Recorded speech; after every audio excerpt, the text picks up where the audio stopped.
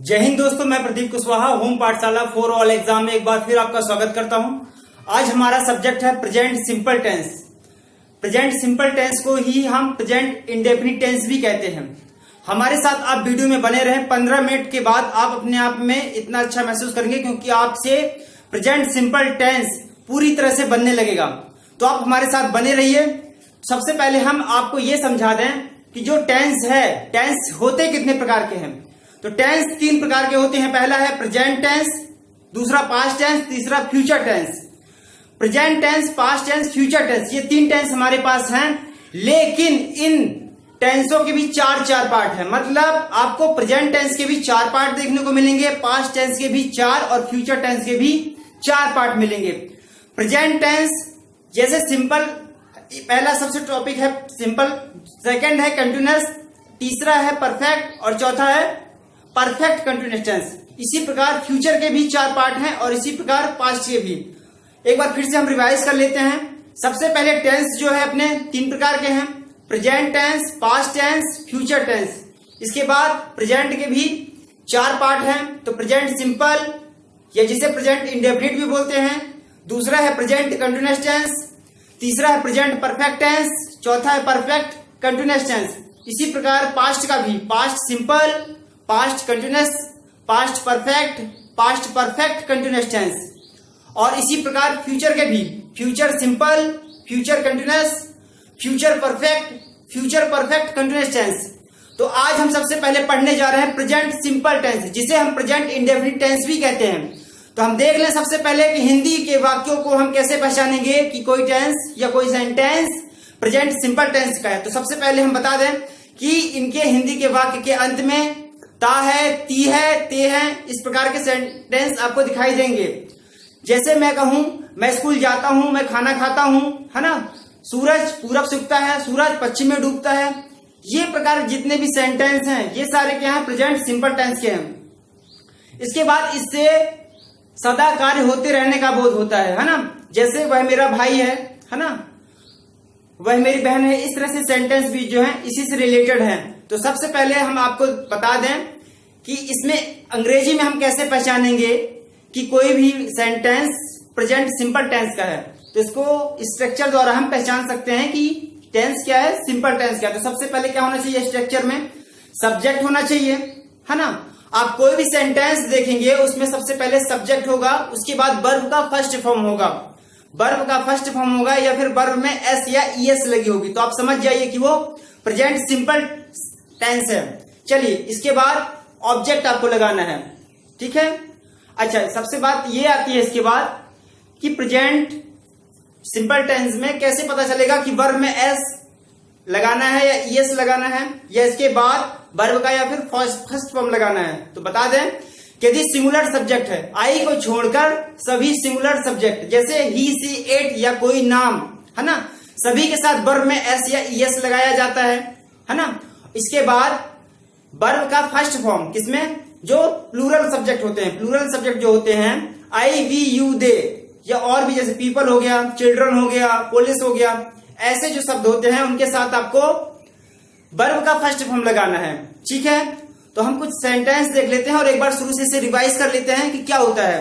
तो देखिए, present simple tense को ही हम इंडेफिनिट टेंस बोलते हैं। और पहचान के लिए हम क्या करें, हिंदी वाक्य के अंत में ता है, हिंदी वाक्य के अंत में ता है, ती है, ते है, इस प्रकार के वाक्य रहते हैं। और किसी कार्य का हमेशा होते रहने का बोध होता है तो वो क्या हो जाएगा, प्रेजेंट सिंपल टेंस या प्रेजेंट इंडेफिनिट टेंस। इसके बाद देखते हैं हम अंग्रेजी में कैसे पहचानेंगे, उसके स्ट्रक्चर द्वारा हम पहचानेंगे। स्ट्रक्चर कैसे होना चाहिए, सबसे पहले सब्जेक्ट होना चाहिए, इसके बाद वर्ब का फर्स्ट फॉर्म होना चाहिए और उसमें एस या ईएस लगा होना चाहिए, है ना। चलिए तो समझ जाइए वो क्या है, प्रेजेंट सिंपल टेंस या प्रेजेंट इंडेफिनिट टेंस का एग्जांपल है। इसके बाद आई को छोड़कर सभी singular subject he, she, it या कोई भी नाम, यानी नाम राम, श्याम, सीता, गीता, मोहन, कुछ भी नाम हो, है ना, इस एक्सेट्रा, मतलब जितने भी हैं। चलिए तो इनके साथ वर्ब में एस या ईएस लगाया जाता है। और आई, वी, यू, दे एवं सभी प्लूरल सब्जेक्ट के साथ, या पीपल मतलब लोग, पुलिस, चिल्ड्रन, है ना, ये सभी प्लूरल सब्जेक्ट होते हैं, एक्सेट्रा। तो इस तरह से सेंटेंस में आपको वर्ब का फर्स्ट फॉर्म लगाना है। यदि ऐसे शब्द आपको मिलते हैं, मतलब ये ऐसे सब्जेक्ट आपको मिलते हैं, तो वर्ब का फर्स्ट फॉर्म आपको लगाना है। इसके बाद एक और है, बहुत खास बात यह है, सबसे खास बात यह है कि इस टेंस में भी is, am, are, has, have का यूज होता है, लेकिन ये सभी मैन वर्ब के रूप में कार्य करते हैं, हेल्पिंग वर्ब के रूप में कार्य नहीं करते हैं। चलिए कुछ एग्जाम्पल हम देख लेते हैं। जैसे कि मैं स्कूल जाता हूं, तो आपने लिखा आई के लिए हम मैं के लिए हम यूज करते हैं आई, है ना। आई के साथ हमने बताया कि वर्ब का, देखिए आई के साथ क्या है, वर्ब का फर्स्ट फॉर्म लगाया जाएगा, समझा, ठीक है।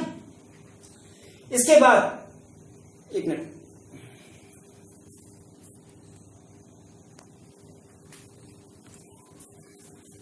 तो अपने क्या लेगा, आई के साथ देखिए क्या लगाया है, आई के साथ हमने लगाया वर्ब का first form go to school. Second example है तुम हॉकी खेलते हो, है ना, इसमें भी हमने क्या लगाया यू। देखिए यू यहाँ पे कहा ये है ना, इसके साथ भी वर्ब का फर्स्ट फॉर्म यूज किया जाएगा। देखिए यू प्ले हॉकी। सेकंड है मैं अपनी पुस्तक पढ़ता हूं, तो मैं के लिए हमने लगाया आई। रीड के लिए पढ़ता हूं मतलब रीड, अपनी पुस्तक मतलब माय बुक, अपनी बुक, है ना, तो माय बुक अपनी पुस्तक पढ़ता हूं। ये माय जो है, जो आई है, इसका क्या है, ऑब्जेक्टिव फॉर्म, ठीक है, पॉजिटिव फॉर्म है इसका, ऑब्जेक्टिव नहीं। इसका जो आई है, आई का जो सब्जेक्टिव तो खुद ही है आई, और उसके बाद ऑब्जेक्टिव है मी, और पॉजिटिव मतलब आप अधिकार उसमें बताते हैं ना कि मेरी है, अपनी है, इस तरह से जो अधिकार बताते हैं, तो यह है my. I read my book, इसका मैं तुम्हारा भाई हूं, आई एम योर ब्रदर, मैं तुम्हारा भाई हूं। इसके बाद आज रविवार है, टुडे इज संडे, है ना।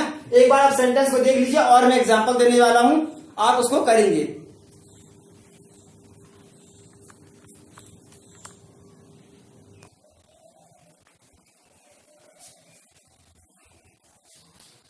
हमने आपके लिए कुछ एग्जाम्पल दे के रखे हैं, आप इसे देख लीजिए, समझ लीजिए, है ना।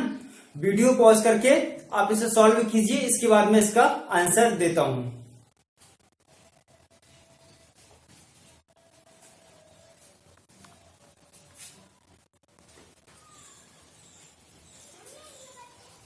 तो हम एग्जाम्पल के लिए हमने ये क्वेश्चन देखे थे, आपको सेंटेंस इंग्लिश में ट्रांसलेट करने थे।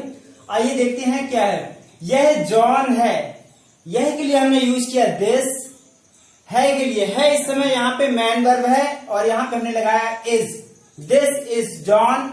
सेकेंड सेंटेंस वह आपकी बहन है, वह के लिए हमने लगाया, है ना, सी इज योर सिस्टर, है ना, योर मतलब आपकी।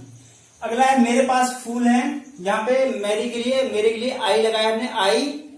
पास के लिए हैव, फूल मतलब फ्लावर्स, आई हैव फ्लावर्स। वह यहां नहीं है ना, वह मतलब he is not here, he is not here. वे शाला जाते हैं, दे, है ना, दे। इसके बाद हमने आपको बताया था कि प्लूरल सब्जेक्ट उनके साथ वर्ब का फर्स्ट फॉर्म लगाते हैं, तो दे गो टू स्कूल। वह एक गीत गाता है, ही सिंग्स अ सॉन्ग। वह एक सिंगुलर सब्जेक्ट है, इसलिए इसमें वर्ब का एस फॉर्म रहेगा, ही सिंग्स अ सॉन्ग। अगला है मेरी माँ मुझे बुलाती है, माय मदर कॉल्स मी। अगला देखिए मैं चाय पसंद करता हूं, आई लाइक टी। इसमें हमने मैं के लिए क्या है, मैंने बताया था आपको कि मैं जो है उसमें प्लूरल सब्जेक्ट, उसको मतलब प्लूरल जो है वर्ब लगेगा, इसलिए इसमें वर्ब का फर्स्ट फॉर्म लगाते हैं। I like tea. तुम कलम से लिखते हो, you write with a pen. वह मोहन है, ही इज अ मोहन, है ना। आशा करता हूं, आई होप दैट कि आप लोग ने ये सही किया होगा इसी प्रकार से, है ना। चलिए इसके बाद हम थोड़ा सा देख लेते हैं कि हम नेगेटिव कैसे बनाते हैं और इंटरोगेटिव कैसे बनाते हैं, है ना।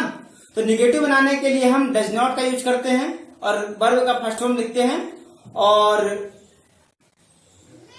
इंटरोगेटिव बनाने के लिए आपको डज का यूज करना है सब्जेक्ट के पहले। चलिए देखते हैं, थोड़ा सा एक बार इसे आप देख लीजिए।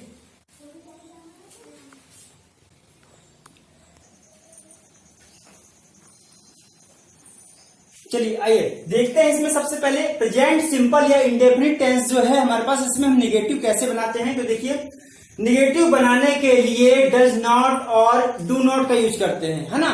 डज नॉट का यूज कहां करते हैं और डू नॉट का यूज कहां करते हैं। तो यदि सब्जेक्ट हमारे पास सिंगुलर है, यदि सब्जेक्ट सिंगुलर है, जैसे कि ही है, सी है,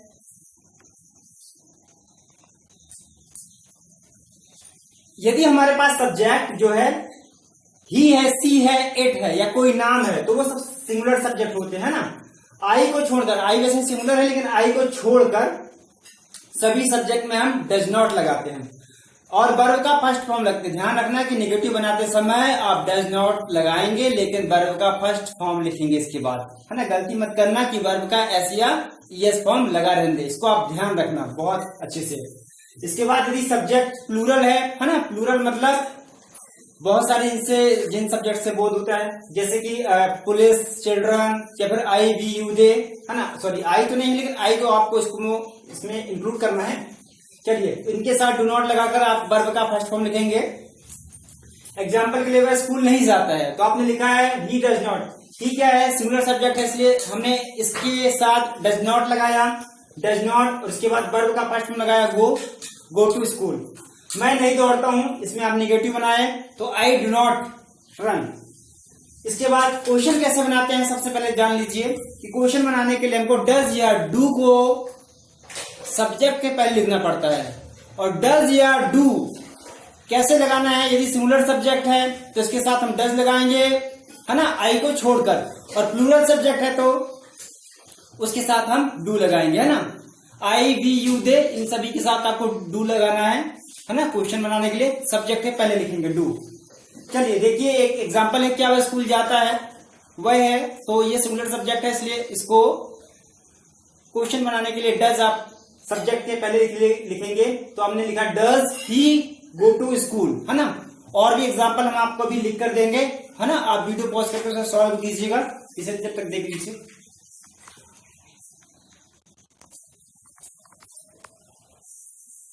देख लेते हैं, कुछ निगेटिव एग्जाम्पल हैं, आपको ये बनाने हैं, है ना। मैंने लिख दिया, पहला मैं अपनी पुस्तक नहीं पढ़ता हूं, सेकंड है तुम हॉकी नहीं खेलते हो, थर्ड है वे साला नहीं जाते हैं, है ना, स्कूल, मैं चाय पसंद नहीं करता हूं, और ये क्वेश्चन एग्जाम्पल है, क्या मैं अपनी पुस्तक नहीं पढ़ता हूं, क्या तुम हॉकी खेलते हो, क्या वह एक गीत गाता है, क्या वह अपना कार्य नहीं करता है। इसे आप इंग्लिश में ट्रांसलेट कीजिए भी, है ना। इसका वीडियो पॉज करके।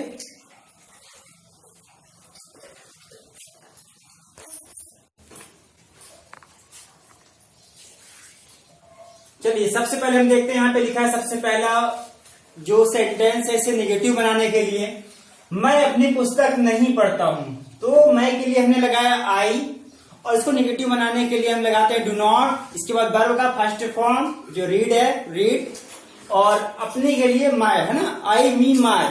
पजेसिव मतलब पजेसिव जो है वर्ड है वो माय हो जाएगा आई का। चलिए, इसके बाद तुम हॉकी नहीं खेलते हो, इसके अंग्रेजी में यू, और यू के साथ डू नॉट निगेटिव बनाने के लिए you do not play hockey, वे साला नहीं जाते हैं, वे साला नहीं जाते हैं, they do not go to school, मैं चाय पसंद नहीं करता हूं, I do not like tea. ये इस तरह से हमने निगेटिव बना लिए हैं। अगला है क्वेश्चन आप कैसे बनाते हैं, तो जैसे इसमें लिखा है क्या मैं अपनी पुस्तक नहीं पढ़ता हूं, तो इसको हमने मैं है, तो मैं को आप क्या करना है, इसमें हम हेल्पिंग वर्ब लगाते हैं डू, तो डू को सब्जेक्ट के पहले लिखेंगे। डू आई पुस्तक नहीं पढ़ता हूं, निगेटिव सेंटेंस, इसलिए do I not read my book.